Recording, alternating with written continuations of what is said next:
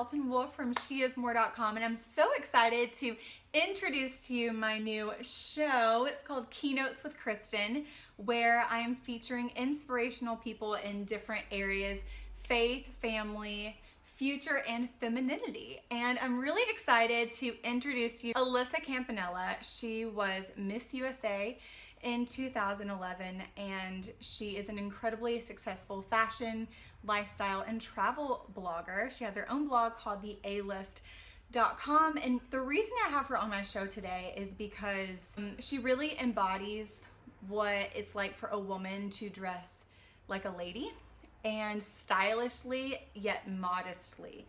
And so that's the first thing that I want to talk to you about today. I love your outfit, how you're in your floral and the sheer flowing sleeves. When I look at your Instagram, you always look so classy and very feminine and dainty. And I love that, very whimsical. And I think it's important for women to know that you can dress modestly, but also stylishly.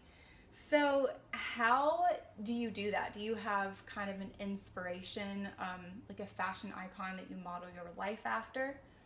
Well, what's crazy is when I first started my blog, I really didn't fully grasp what my style was. I was pretty much just like mixing different styles, I guess, to kind of figure out what my niche was. Right. Until I realized, and my husband helped me realize this as well, he goes, you are a girly girl and you're feminine, embrace that. Yeah, that's your style. I love that. I've always been about dresses. I have like 5 pairs of jeans in my closet, but like 120 dresses. So I mean, I should have taken that.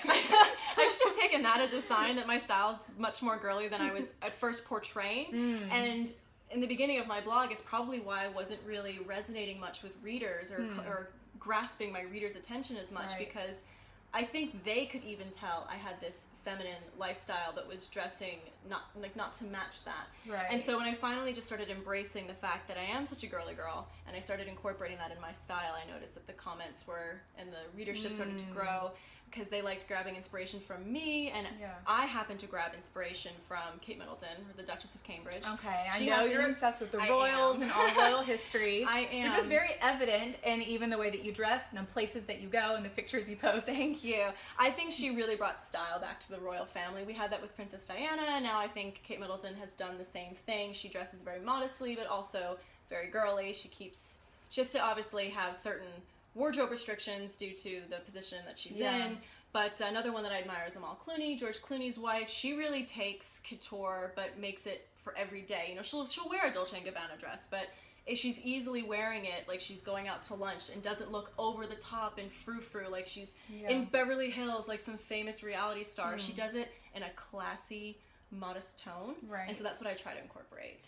Well, I think a point that you hit on is really important. You were kind of saying that you were dressing in certain ways that really didn't emanate the essence of you, and even your readers could tell that there was something authentic that was missing. And once you tapped into that authenticity, then they started to resonate more.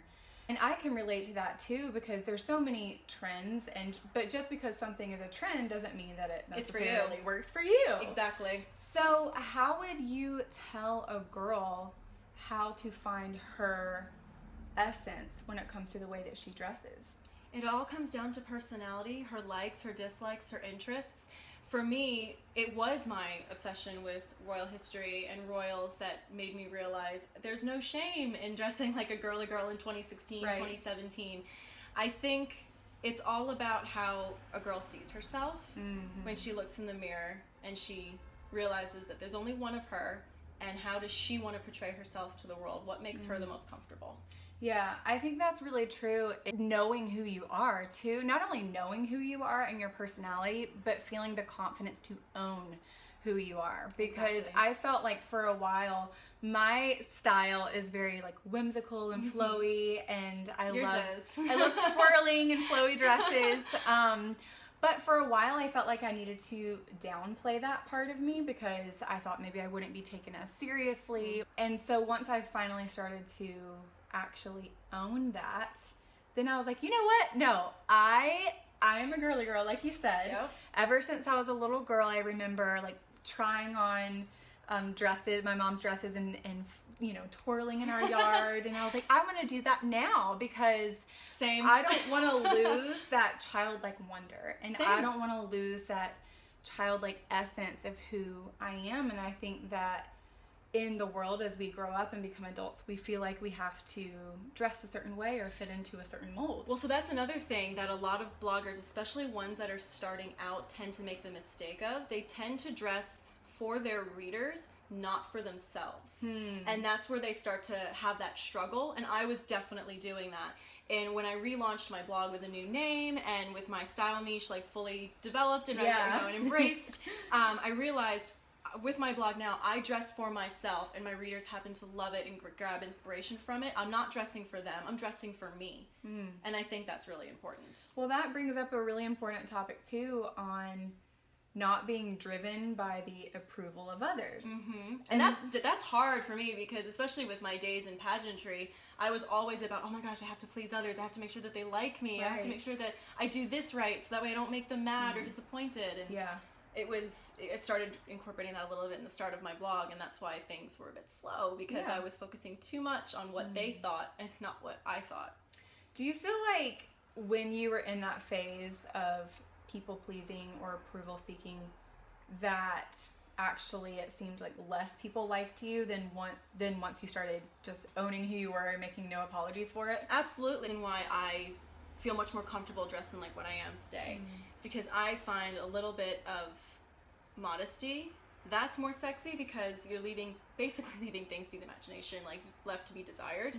And I think if a woman is able to be confident dressed as a lady, that should be sexy to a man. At least that's how it is for my husband. And that takes us back to the topic of approval seeking and people pleasing. I feel like a lot of women and young girls especially feel the pressure to wear less clothes in their photos. Girls are like, oh, that's what I have to do in order to get a lot of likes or followers. I mean, it depends on the kind of attention that you want, but that's not the kind of attention I want. And it's really just a lot of, I call them hoochie shots. And it's crazy how people like that will even have more followers than me or you because of that. At least the real gentlemen in this world don't go after that. So really what it comes down to is deciding what kind of attention that you want and weighing the value of that attention. Do you want attention with longevity that has meaning and purpose behind it, or maybe something that's more short term where you're attracting people that might only be interested in your body? Well, because looks and bodies change. So, but I guess personalities can too, but it all depends on how you want to be seen. And I would like to be seen as a feminine, girly, powerful businesswoman lady. Yes, because that's exactly what you are. And so we have the verse that says, charm is deceptive and beauty is fleeting, but a woman who fears the Lord shall be praised. So making that decision that you want to fear the Lord or seek his approval over people's approval, because people's approval is always fleeting. It's always up and down. You can have fans one day and haters the next. And so it's so important to always just keep our focus on the one who has given us that stamp of approval that will never change. I mean, you just brought up another point too about bodies and haters, especially with women dressing, like I said, like hoochie shots on social media.